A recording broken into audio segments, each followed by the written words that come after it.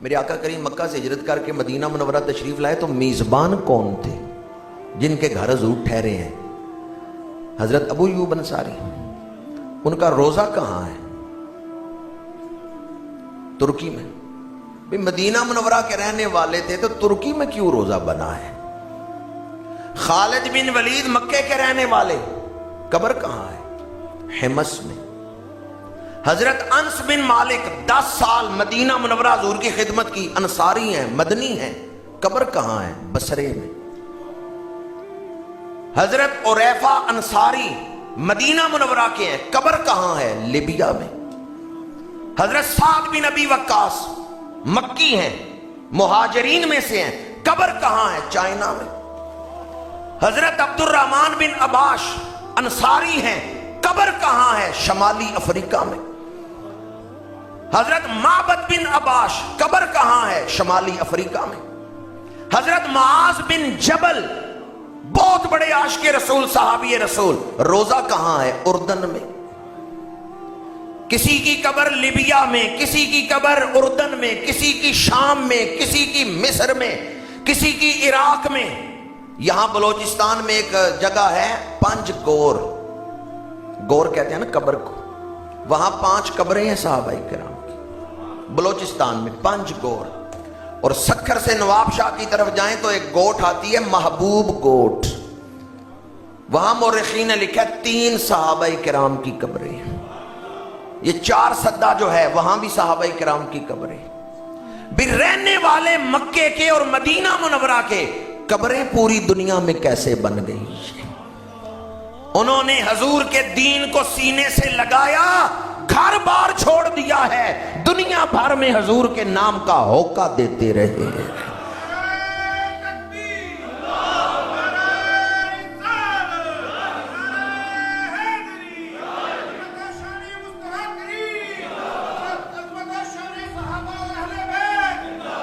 اللہ کے رسول کے بعد سب سے بڑے محسن اس امت کے ہیں تو وہ صحابہ کرام ہیں جنہوں نے حضور کے ساتھ ایسا پیار کیا ہے، بیعت کی ہے، تو پھر حضور کے مشن کو اپنا مشن بنا لیا ہے۔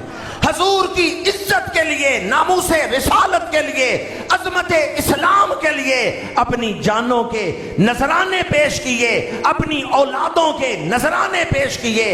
جن سے حضور محبت کریں ہمیں بھی محبت کرنی چاہیے یا نہیں کرنی چاہیے؟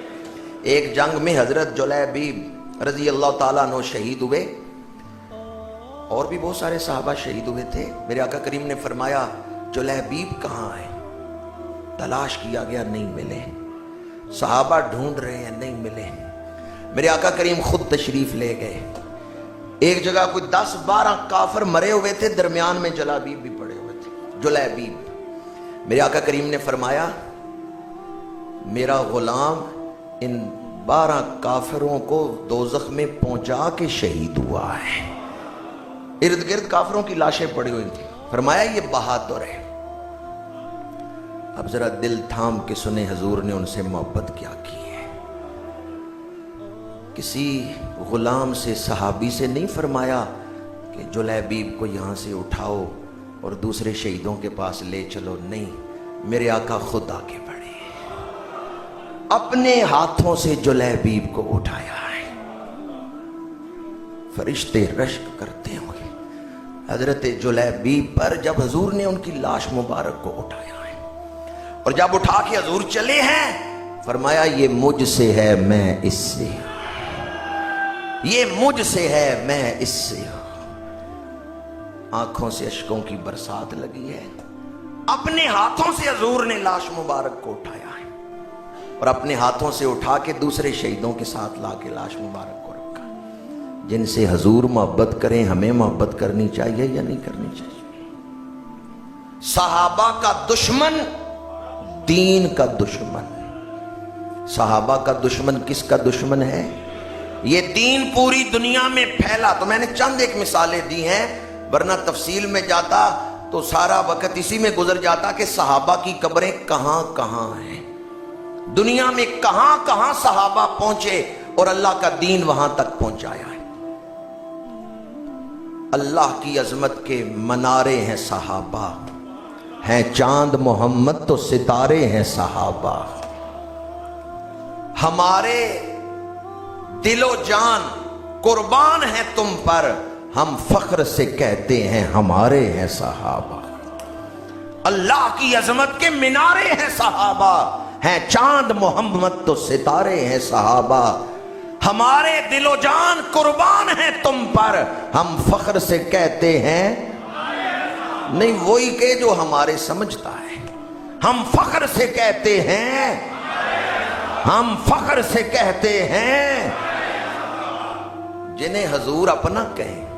جب حضرت جلیبیب کو اٹھایا فرمایا یہ مجھ سے ہے میں اس سے ہوں. حضرت سلمان فارسی مدینہ منورہ میں آئے ہیں، انصار نے کہا یہ ہم میں سے ہیں، مہاجرین نے کہا ہم میں سے ہیں. کیونکہ حضرت سلمان کے بارے میں آپ جانتے ہیں سلمان فارسی ایران کے تھے، مدینہ منورہ میں ان کا قبیلہ کوئی نہیں تھا. انصاریوں نے کہا ہم میں سے ہیں، یہ ہمارے اندر شمار ہوں گے. مہاجرین نے کہا ہم میں شمار ہوں گے. میرے آقا کریم نے فرمایا سلمانو منا اہل البیت، سلمان میرے اہل بیت میں سے ہیں. جنہیں حضور اپنا کہیں ہمیں بھی اپنا کہنا چاہیے یا نہیں کہنا چاہیے؟ اور جنہیں حضور اپنا کہیں اگر کوئی ان سے بغض کرے وہ اللہ کا بھی دشمن ہے، اللہ کے رسول کا بھی دشمن ہے. جو صحابہ کا دشمن وہ دین کا دشمن، صحابہ کا دشمن، صحابہ کا دشمن